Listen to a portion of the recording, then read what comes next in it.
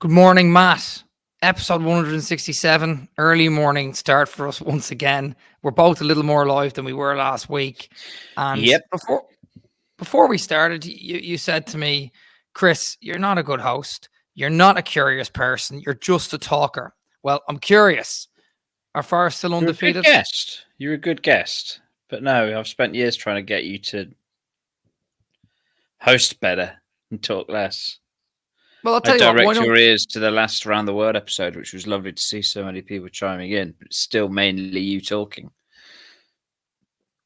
Right. Well, why don't we get you to do? You can host a little bit this week, but I asked you a question. I'm curious. Are we still undefeated? Yes or no? You know the answer to that. The answer is yes, of course. Would in all competitions or not? Yeah. We're going to do Forest all over the world. We've got Andrew, Brian, Carl in Chicago, the whole of NFFC Chicago, the whole of NFFC North America, who are at the Premier League morning in Chicago, watching Forest get that late-ish equaliser and a ridiculous second yellow card for Morgan Gibbs White. We'll talk about that later. So big shout out to them, Matt. That's pretty cool. Yeah, really great that our league position at the minute in the Premier League is just doing wonders for our international fan base and growing a fan base, making it more maybe easier for those abroad to convince others to come and watch the game, support the club. You know what I mean? Yeah, of course I do. And we also have Kieran, who was international this week. He was in New York. He reached out and asked us if we could find anywhere to watch the game. Of course, NFFC NYC are in Smithfield, and he went to watch the game there and thoroughly enjoyed it. So big shout out to Kieran. Well, Kieran, he went and joined an international fan group. That's cool. It's something I'd love to do. You will do it one day. You will do it one day. And then I think that's it. We'll sound it. I usually do 3. That's how to sound as middle class as possible. I don't travel much anymore. Okay. Right. We'll sound it on that. That's the end of that. Look, I didn't really prepare well for that. There is a big review corner later on in the episode. So we've just done a couple of quick international stuff. Let's go straight into it.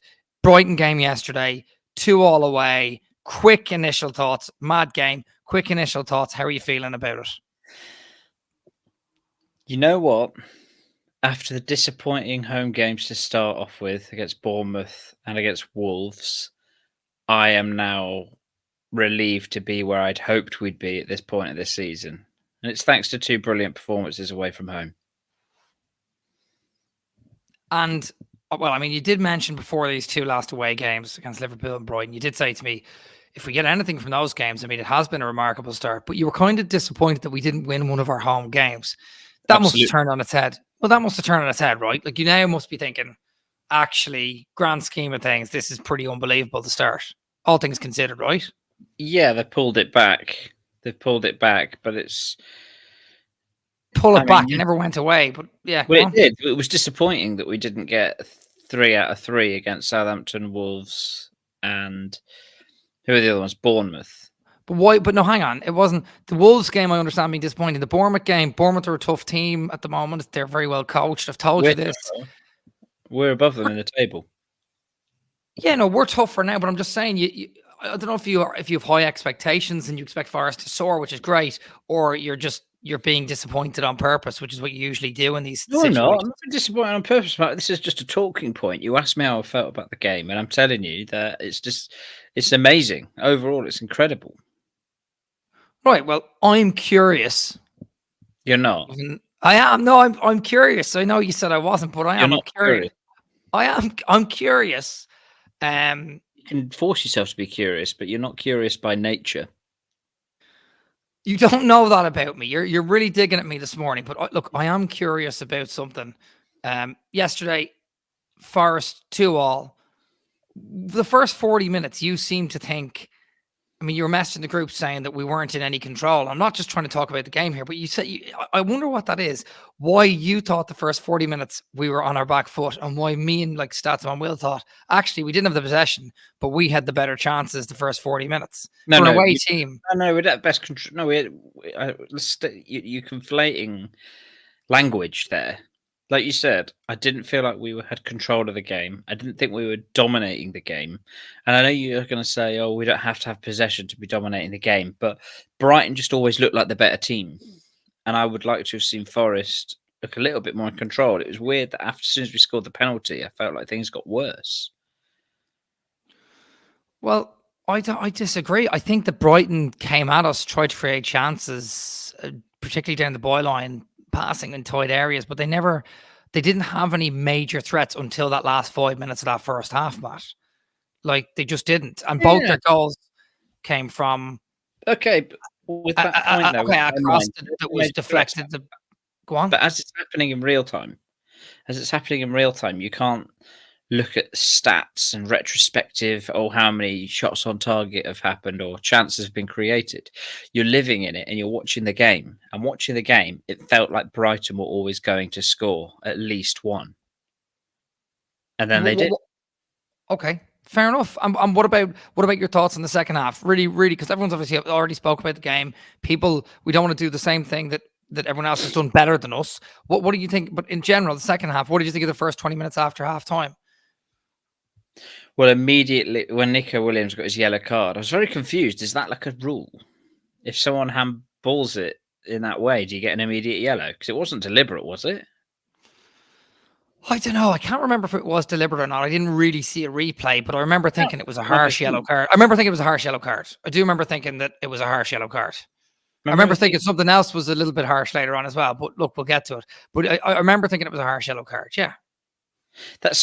Well, your question was, how did I feel as the second half went on? And well, no. The 20. My question was, you thought for some reason that first 40 minutes wasn't good. I thought the first 40 minutes was very, very good. We sat in our shape. We did let them come at us, but they didn't really have any clear-cut chances until the last 5 minutes when we switched off of that first half.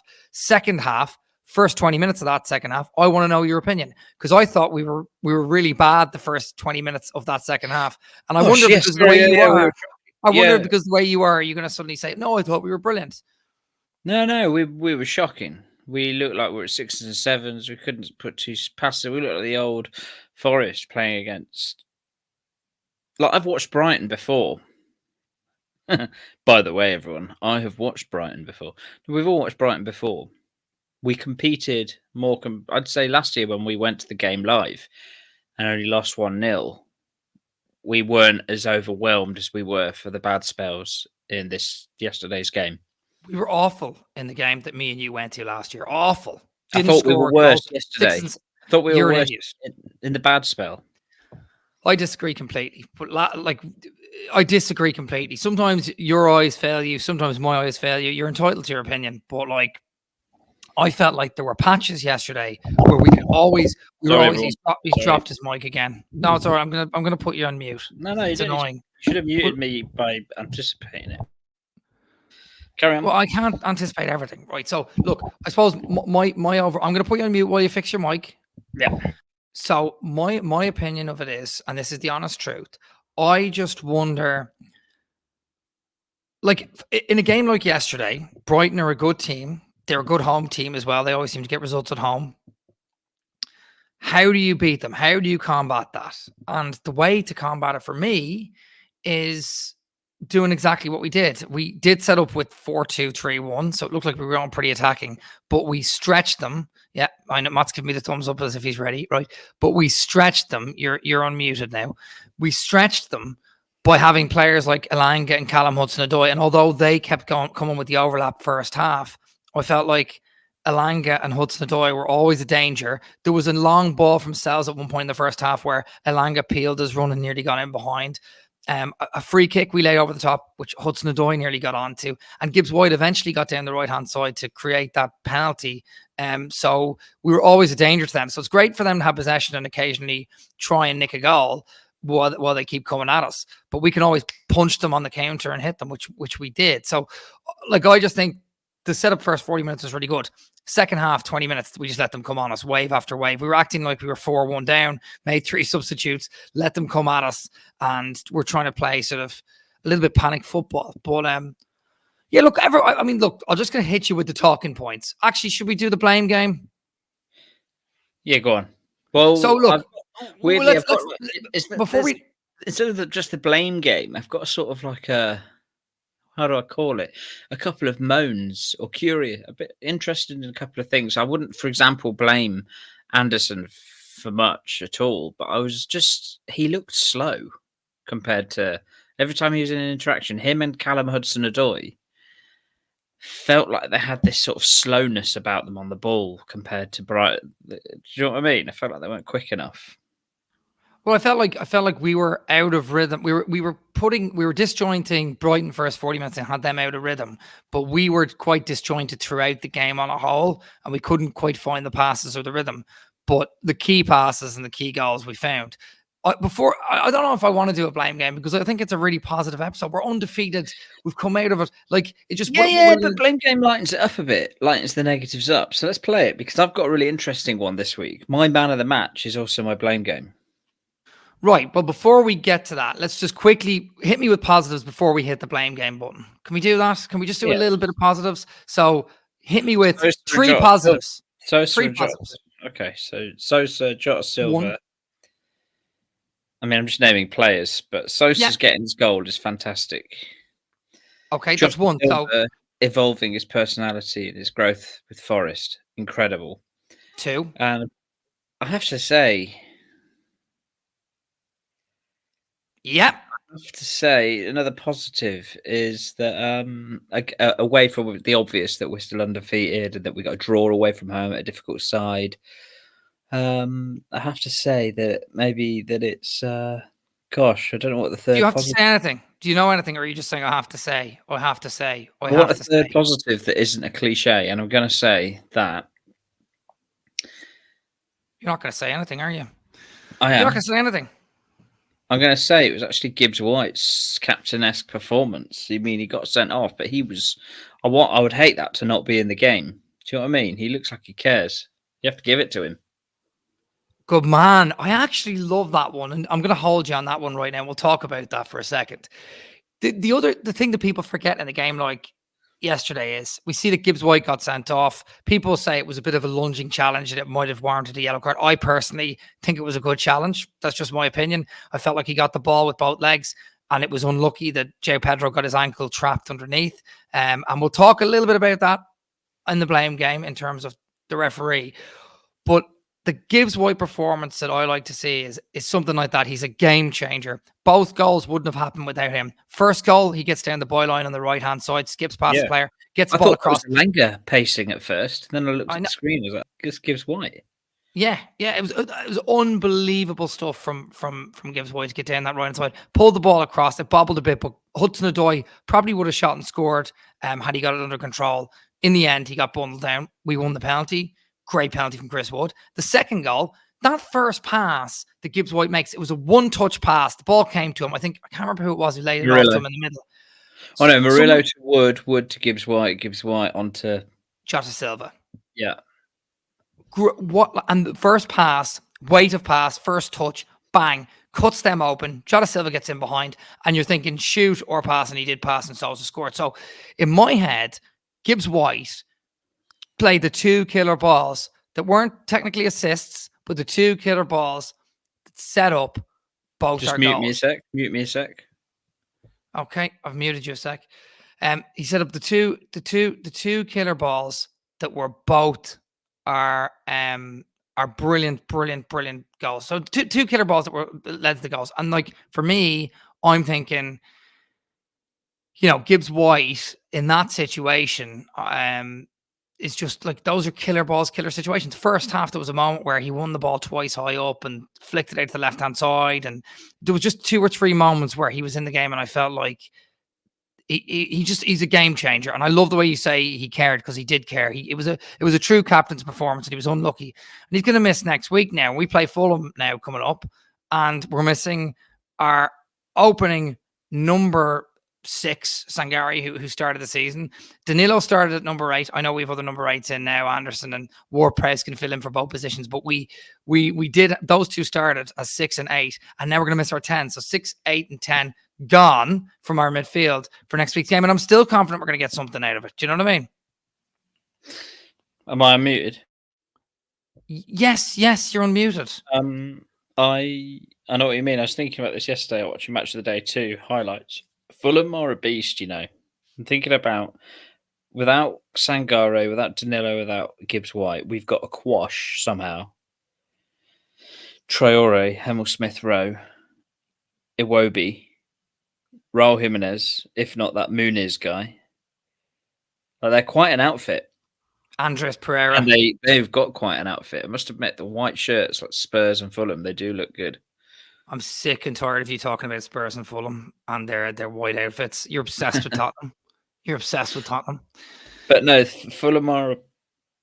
I was thinking in the build-up, we've got a friend called Sammy who supports Fulham, and he messaged me after we beat Liverpool, going, "Oh, Forest for Europe, Fulham for relegation." He was like being self-deprecating, and I was like, "Nah, they're right. We're right next to each other in the table, and their players are good, and also Marco Silva's going to have a bit of a vendetta against us after that massive thumping we gave them the second half of last season at the City Ground." And he's got a strong squad, mate. I'm anxious about the home game against Fulham. I'm anxious. Yeah, I mean, we should be anxious because we're missing. He's one hell of an engine, and it's like an engine on a lump of protein. Do you know what I mean? Yeah, but last season they came to us. Now they did no Smith Rowe, but they came to us and they had a good season last year. They came to us and we beat them. To beat the brakes off them. We're 3-0 up at half time. It all depends. Now, Gibbs White and Danilo were a big part of that, and they won't be playing this next week. But it's time for Josh Silva to get number 10, isn't it? You get James Ward-Prowse, Anderson, Josh Silva. You know what I've realised with James Ward-Prowse is he's such a good technician, but he's a bit lightweight, isn't he? It might be Yates that Nuno favours, I don't know. I think yesterday and Ward-Prowse both he and Anderson looked lightweight a little bit yesterday, but that's because the midfield was getting overrun. Baliba, although he was on a yellow card, and I think he was the one that gave away the penalty. He's a good player. Some of their midfielders in Brighton are quite tough and strong and resilient. And we were just getting overpowered everywhere yesterday. It just looked that way. Do you know what I mean? And look at Fulham, mate. That's what I'm saying. No, I completely agree. I suppose. How do you set up in the midfield for next week then? Well, I think it depends. Like Anderson looked like he might have taken a knock as well. So if I was set up in the midfield next week, I would start Yates in the 6. Go with the knowledge that we have. Don't hypothesize over anything. We can't have Gibbs White. We can't have Danilo. We can't have Sangare. Who do you ideally put in the midfield next week? You've frozen for a sec. Your camera's frozen. I don't know why, but don't move the camera. Yeah, I can hear you fine, but your camera for some reason. Camera in, right? It should do, but anyway, I'm just going to talk for a sec while I wait for it to do that. Answer the question. Well, you just look really pensive. You just sat there with your finger over your mouth while I'm talking at you. But we'll continue on. Look, how do we set up next week for Fulham? I'm going to mute you while you try and check your camera settings or check your internet. Okay? No, just tell. Get on with answering the question. Bloody hell, it's like 2 minutes. Right. Well, what was the question? Who do you put in midfield against Fulham out of who we have without hypothetically going, well, maybe someone's injured? Go with the knowledge we have. Yates plays the 6, Ward-Prowse plays the 8, Anderson plays the 10. If Anderson's still fit, Anderson plays the 10, Yates plays the 6, and James Ward-Prowse plays the 8. That's how I would set up next week. Anderson has played as a 10 before. We know that. So yeah, that's how I'd set up next week. I suppose the wider question I have for you about Fulham in general is like, that's the kind of that's the kind of player that I'm looking or hoping that or that's the kind of team I'm looking or hoping that we kind of become. Do you know what I mean? Like a similar kind of mid-ish table scrapping for the top 10 team, which is what Marco Silva has Fulham doing. He's a remarkable manager. And I know you always talk about Palace being in that kind of position. Palace are going to have having a really bad start of the season. They haven't won a game, first 5 games. Their manager Glasner, everyone praised because it was between him and Nuno. Apparently, don't go to Palace run. You were on a point there about playing the midfield against Fulham. Let's stay on that. Well, I wasn't on a point. I was just saying that.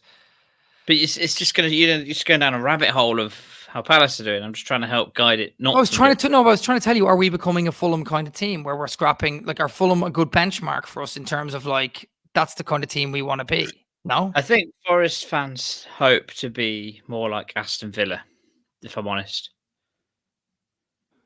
Yeah, but Aston Villa are top four. Like, top four is a bit unrealistic. They've just got top four. They're not a conventional top four. They've become top four recently, but they're a bigger talking. Even when they weren't top four, they perceived as a bigger threat and a stronger side than Fulham, and that's what I mean. Okay, I'm gonna remove you and add you back in because your camera's not moving at all. Okay, so I'm gonna remove you and add you back in. Hold on. There you are. You're back. You're back. We're back. Well done. You're back. Jesus. Right. That was about 20 minutes in. We'll try and cut some of that out. Okay. Right. You're back. You're back on screen. So look, my wider point about Fulham, Matt, was actually like, what's the story in terms of like expectation, and can we be a team like them? I know we spoke about the midfield for next week. Like, who? Okay, you want to talk about the midfield for next week? Who would you throw in there? But I want you to answer my second question as well. I want you to answer the question about, are we becoming more Fulham-like team, mid-table, pushing for top 10? We got promoted with Fulham, but yeah. So it's. I had higher hopes than being like Fulham. I'd like us to have. I suppose Fulham had a head start when we all got promoted because they were already kitted out because they'd recently been relegated, etc. But am I hoping to be a Fulham-like team? No, I think they're always going to be part of the drop pile. And I mean, they clearly won't be this year, but every year that comes by, there'll be a team that's like, oh, they could return to the Championship. Do you know what I mean? I would like... Yeah, I'd like Forest to be at least as good as Fulham. Okay, so you actually have greater expectations than how well Fulham have been doing the last couple of years. Yeah, a recent Fulham, absolutely. But I'd like... Fulham were in Europe. Yeah, do you remember when they, with Roy Hodgson, they got made Europe? I'm talking about 15 years ago, Matt. I'm talking about the Fulham now. Is that where we want to be? Do we want to be mid-table, pushing top 10? We want to be... I think Forest want to be Europa Conference as soon as possible. Right, I love it. I love your ambition. I think the owners share your ambition as well. I do as well. Yeah, I think they do share that ambition. I think that's the point. It is the point. I want it because I want it to be vindicated in the same way that it's being vindicated now with having to spend and keep us up for 3 seasons. I want him to go and push for something so that people in the media, it's only fun watching professional pundits on BBC, Talk Sport, Sky, whatever, slowly having to go, ugh, oh my God. I noticed this week as well. Did you notice this? In the sort of pre-weekend football punditry, a lot of Forest should line up with the same lineup as they did against Liverpool. Now, I'm not talking about Forest YouTubers and yourself and Forest fans saying this because we played so well and it came from a different place. On the top level professional media spectrum, I was listening. They were going, oh well, it worked so well last week. What they were neglecting was that Hudson-Odoi and Elanga have been starters for us for so long. It wasn't that last week that was the norm. It was a specifically engineered tactic against Liverpool that worked. And they're saying, oh, Callum Hudson-Odoi's earned his starting place now. And I was a bit like, well, no, he's always been a starter for us. He's one of our best players. Sounds to me like the media kind of just didn't fully know our strategy and hadn't, when media like half pay attention, you can hear the media half pay attention to a bottom half table team and they sort of go, yeah, we're not bottom half anymore, we're top half. But they sort of go, oh yeah. And they mention a talking point and you kind of go, wait a second, they haven't really done their research and they kind of get away with it. Sounds to me that's kind of like what was happening when you were listening to it. But when do you expect that we'll be in the top half? When do you expect our top half adventure to come to an end, Chris? I don't expect it to come to an end. We're undefeated right now. We're on a roll. You said to me prior to this game, if Brighton end up beating us, the high is gone. If you keep drawing, you end up doing worse than if you lose a couple and win a few. Do you know what I mean? So when do you We're not going to keep drawing. We've drawn one, drawn. And so the next one in a row of the domino effect is another win. So I expect us to beat Fulham even without Gibbs White. I expect it to be a tough game. I expect the City ground to be absolutely rocking. We're confident. It's not going to end for a while. They should make a big banner for the Trent end with Matt Sells with fingers in his ears. Well, poor old Sells had a bit of a rough time yesterday. I think the goals, I do think he was slightly at fault for being rooted to the spot for the free kick, but I don't think he was that at fault for everything. I mean, overall, he's actually had a reasonable start to the season, a couple of shaky moments, but he's just in the spotlight always because we tried to sign another goalkeeper and we have Miguel waiting in the wings, Yeah, he's in the spotlight always because he came in out of nowhere, it seemed, when we were just on our knees with our two keepers. So there's a lot of talk. And then he came in and sort of steadied the ship, but he was in this sort of no man's land of being rubbish or another icon like Samba or the great keepers that we've had. I've listed them too many times. But you know what I mean? He sort of slotted in, and I really want him to become. I really want him to succeed, I keep thinking, come on, mate, he does really well. But yeah, butterfingers at times, to say the least. Well, I don't think he. I mean, he had butterfingers last week against Liverpool and nearly dropped it through his legs. But overall, I think his distribution's pretty good. We just have had a problem with the goalkeeping position ever since Samba's gone. So we have that kind of mental block with the position in our head. We have to have players like Keylor Navas to come in and shut us up, which is what happened for 6 months the year before last. Look, we did skip over the blame game. It might be too late for it. So yeah, it's also we should be negative. I don't want to be negative on the podcast. We're undefeated. Me and you should be positive. You just don't get the blame game then. You don't want to be negative. I don't want you to be a boring guy. Excuse me? Play the blame game. No.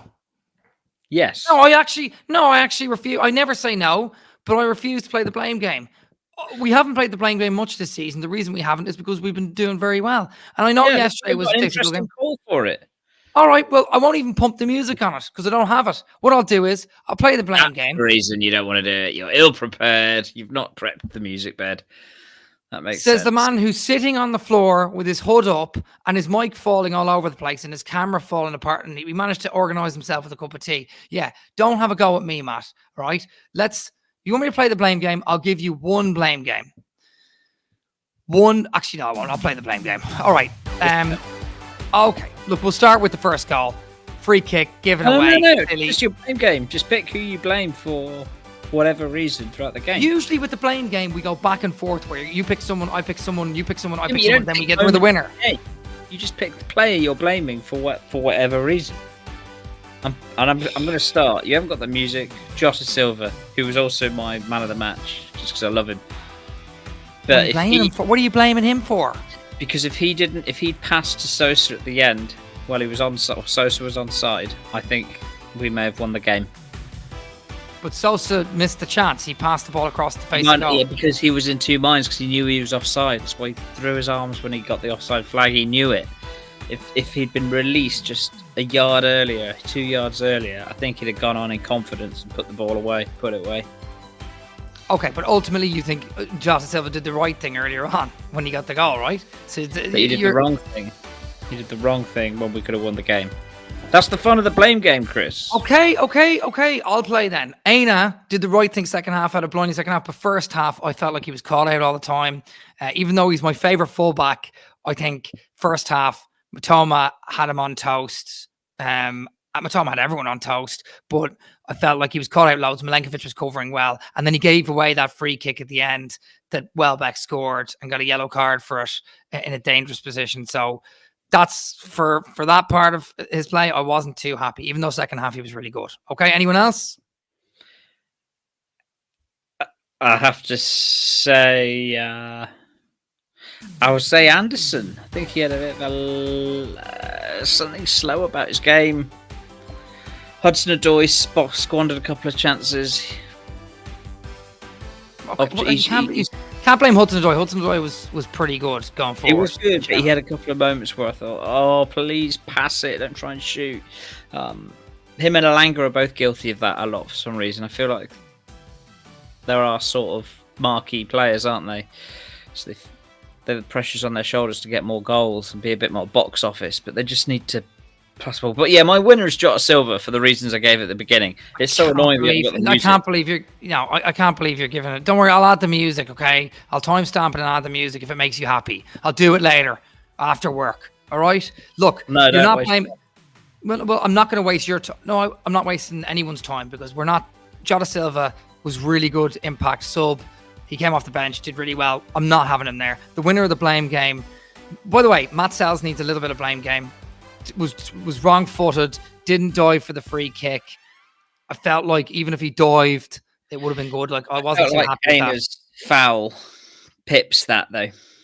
Yeah, I mean, it's very. I can't blame Matt Sells despite all that over Aina giving away the foul in the first place. It's just a bit. There were already two players in front of Matoma. I don't know. But I do blame Aina over Matt Sells. So Aina's maybe the winner this week of the wooden spoon. Nope, he's not because he had a really good second half. The winner of the blame game a lot is of music on to cover this. Who's no. The winner of the blame game is the referee for not making up his mind on that second yellow card. I'm sorry, but if you make your decision early and it's 50-50 and you decide that Morgan Gibbs White got the ball and then you see your assistant or you see all the Brighton players on the bench protesting and you change your mind, my opinion, you've bottled it, right? I still think it's a good challenge. Some people don't. They think it's reckless. Okay, fine. But we've seen Gibbs White do those challenges millions of times and get away with it. He did get away with it because the referee waved for the ball and then changed his mind later. I'm not having that. Stick to your first decision. No one can be in your ear because VAR can't intervene with yellow cards, and they didn't. So it was someone on the sideline, and then he decided, okay, I've changed my mind. No. Make up your mind. You're the referee. You're the ultimate decider. Make up your mind and stick with it. I'm not having that. So I blame Rob Jones. It's such a cheap get out to give the wooden spoon to a referee. How is that? I'm sorry. How is that a cheap get out? Do you know who else I want to give the wooden spoon to? The Brighton fans. Quiet as ever until they score a goal. Absolutely ridiculous. Why did their manager get sent off? Why did their manager get sent off? I didn't see what he did. I don't know, but Nuno said something. I know Nuno was sent off because he was. Nuno looked vexed, quite rightly. Yeah, he said something twice to the referee. So he had that vexed look in his eyes. You know when he bulge and he goes, a bit like when he was celebrating against Liverpool. He's got that amazing. He's so quiet and measured and dignified. But the football beast, gets the best of him at wonderful times, and that was one of them. He looked vexed. And in my opinion, rightly so, because initially he thought that Gibbs White had made a good challenge. The referee had thought that, and the referee changed his mind based on either assistance or a little bit of protestations from the sideline. I don't know Herzler. I didn't see Herzler's why he was sent off, but I think that's Nuno gone for one game. I don't think it's like a 3 or 4 game ban. I think it's just a 1 game ban. So next week we're without our manager, our vice captain in Morgan Gibbs White, and obviously we've a couple of injuries as well. So we're up against it the weekend, but I still think we can pull out something. That's sort of the end of the blame game anyway, for sure. But like, what did you? I do want to ask you about like Brighton fans. Me and you've been to the last 2 Brighton away games. You weren't at this one. Marcus reached out and he had a ticket for the home end, one of our listeners, and then he switched it. He went and got one for the away end because he wanted to sit where the atmosphere was. Rightly so, by the way, because that atmosphere in that stadium, there's something about it. And like, by the way, I don't mind Brighton fans. I don't mind Brighton City, but the stadium, there's something about it that just sucks. Like the home where fans it's are located, where they've made it not accessible. I'd be scared when they were on about Forest getting a new stadium. It would have been out and felt a bit like that. Thank God they're staying where they are. But the Amex is a good example of why not to do that. I don't like it there. I don't like where it is. I don't like getting there, and I don't like it when I'm inside, unless I'm amongst the Forest fans. The only positive about it is where they put the away fans. That's something I spoke to you about before. Yeah, but no, also like a good live music beforehand, a good little atmosphere outside the big stadium. But no, I think where they put the away fans I quite like. So like a lot of stadiums. Look at Man United. Man United put them in the corner. Newcastle put them way up top. I love that they're behind the goal, so that when the team scores, like Sosa did yesterday, you could see them bouncing up and down. Do you know what I mean? Such a good point about Brighton being such a cool place to go in the UK. Such a lovely town, lovely city. I've been there many, many times for work reasons, and I love being in Brighton. I don't know what it is about how naff their football team seems in terms of aesthetic, in terms of style. Do you know what I mean? They should be like a cool arse surfer team, festival team. Should be. Yeah, but they're not. I They're don't know. I not. know what matters is how they're doing on the pitch, and they're doing really well. But there's just something very, ugh. I don't know. I just feel like they should have the feeling of a wolves, jet black and orange, or they should be. They should look cooler than they do in that shirt and in that stadium. Their fans should. Do you know what I mean? It's a cool place, and I don't think the football team seems to be as cool. They should be like Nottingham Forest.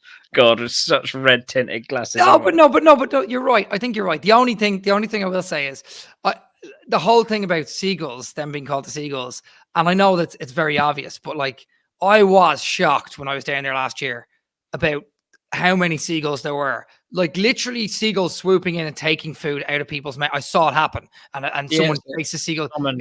That's actually a real thing. So the one thing that correlates well with their city, which is a cool city by the way, is their nickname. But I'm glad. You know what I'm really happy about? Just to wrap this up, and then we can kind of get out of here. I'm really happy we went and did them, because when they came to us last year, Cooper was in charge, and they absolutely housed us, right? They really did do a number on us. They won 3-2. They had, I think Lewis Dunk was sent off in that game, and they just wasted time, and they were celebrating. De Zerbi was their coach at the time, celebrating with their away fans. I love that we kind of did that to them. We didn't really play well second half. We were up against it. We dug in, held on, 2-1 down, and managed to get a goal on the break. And then we got the man sent off this time, but dug in and got something from it. That'll feel like a loss to Brighton fans. You know what I mean? Yeah. I heard the guy, their midfielder, that scored that brilliant header. We keep conceding worldies, don't we? We're such a bad team for getting worldies scored against us. Well, it's better than conceding set pieces. We had loads of corners against us yesterday, and not one. I mean, there was one that maybe looked dangerous. So like, we've cleared that mess up. I wanted to ask you about Fulham, mate. We need some dynamism to play against them. Do you think we're gonna have to shape up, like, to what do you call it, to stifle their play, or do you reckon we can go and take the game to them next week? Because, like, can we utilize Dominguez? We've not talked about him. Can we maybe put Taiwo back in? There's something about, what we could do is start how we ended Brighton. So if you had Chris Wood on lying deep, and then you have Sosa and Jota Silva bombing it forward, that might be a good way to play against. Where do Elanga and Hudson-Odoi fit in there? I think you have to have Hudson-Odoi on the pitch. He's just so dangerous. Yeah, but why did they swap him and Elanga around? Isn't Hudson-Odoi? Is it to surprise the opposition? If you put maybe they're prepared to have Hudson-Odoi on the left, so on their right side, the defending team's right hand side. Maybe that's what Nuno's doing to get out. Because when people stifle Hudson-Odoi, they sort of have him marked up, so he can't really be in the game. Maybe that's Nuno's thinking there. He goes, let's swap Elanga and Cho around. Did they swap them yesterday, or was Hudson? Yeah. Cho was on the right, and then second half he went to the left, didn't he? Yeah, because he took Elanga off. But I feel like, well, to be honest, Matt, I don't know, like, because Hudson-Odoi is usually on the left because he can cut in. So possibly to stifle the opposition. Maybe he wanted Elanga's pace up against their right centre back, or their right back. Maybe he knew that Elanga could bend his runs like he nearly did a couple of times in the first half. I don't know. Think about it. It could be Wood up. Knowing Nuno, he likes to keep similar. He might keep Wood up top, Elanga on the right, Hudson-Odoi on the left, and stick Jota Silva in the 10. And then I don't think he's gonna. I think if Anderson's fit, Anderson plays the 10. That's just my opinion. Like, Anderson can play the 10. I think if Anderson's fit, Anderson started every single game, or not every single game, he started most games, but in different positions. I just hope he displays a bit more pace. He's cool, he's great, but he's just looked sloppy yesterday.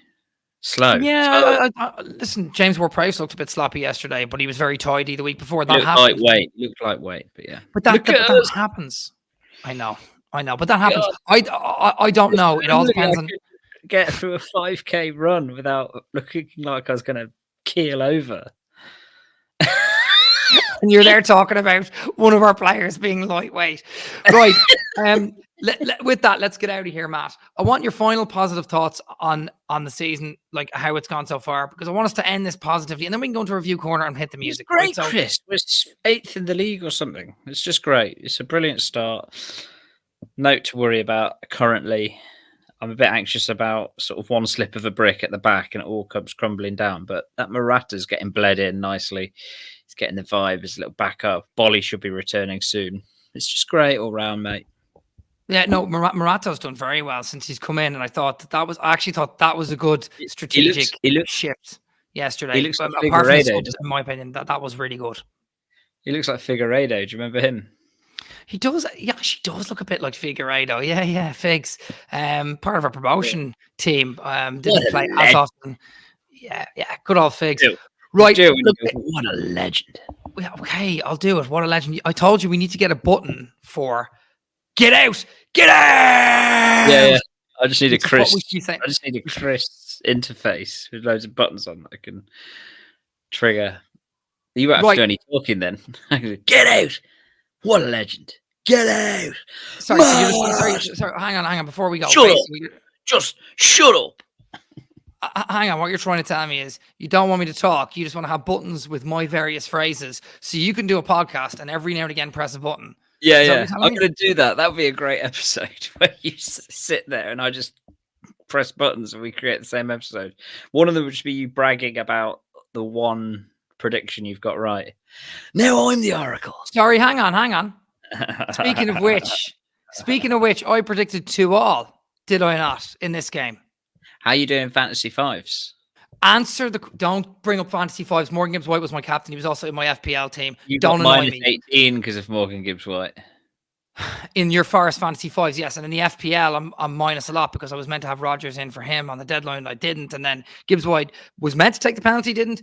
Got 2 assists. As soon as I got the 10, my little secret smile because I was like, oh, and Gibbs-White's going to get to take this. And then as soon as I saw Wood with the ball, I was sort of in quarter 2 miles. Like, he doesn't look confident, but yes, I'm getting this on my. You were delighted because I didn't get the points. Yeah, okay, fine. But like before that, I was asking you a question and I can't remember what it was now. We've lost it. It's fine. You've gone off on a random trail of thought. You insist on captaining Morgan Gibbs-White on Fantasy Fives every week and it never pays off. Apart from against Southampton. But anyway, when he scored the goal. Right, now listen, I actually... our main goal scorer. It's not about the main goal scorer. It's about... It is in our rules.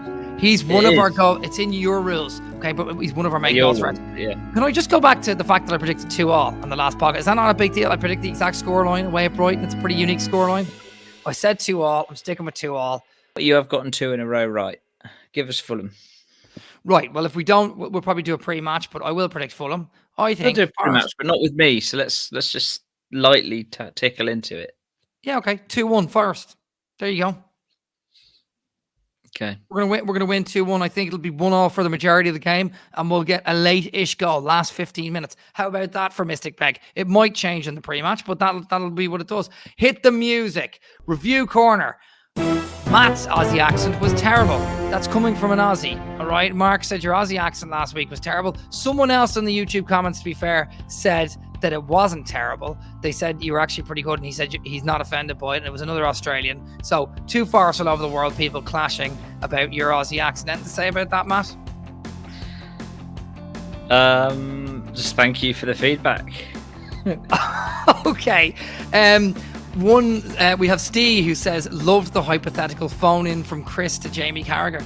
So your Jamie Carragher actually wasn't great last week, but someone said they loved it. And then Nottooningham Forest did a nice cartoon of Jamie Carragher going, So that was pretty cool, yeah? That's great. Okay. I thought you were going to hit the music. I did hit the music. You can't hear it. It's fading in. And No, you're fine. You're wasting my time on production value that I just cannot, for the life of me, believe. And we've got Bahamas Forest, 2 kids. Oh my God, my train's in 5 minutes. I've got to go. Okay, right. Well, before you go, there's nothing else to say. Come on, Bahamas. Tell us the Bahamas, Simon. We'll have a listen to this. This is the kids on the phone. I'm gonna play it for you so you can hear them. And this is his kids. Ready? You can't even spell Liverpool without an L. Imagine being a Liverpool fan. Could never be me. That's great. Them slagging Liverpool, having a dig at Liverpool, spelling Liverpool with an L. Yeah. Out of the Bahamas, killing the Liverpool. That's brilliant. Well done, guys. And sorry if we swore. And Simon, longest serving listener, I think. Gotta be one of the longest serving listeners. I think there's quite a few, to be fair. Right, that's it. I have to go as well as you. Let's sound out on that. Matt, thank you for joining. There might be a pre-match. There should be. There probably will be with Forest all over the world, people. Matt, thanks for joining. We're undefeated. Anything positive to say on a sound out? Yes or no? said lots of positives. I got to get the train. Okay.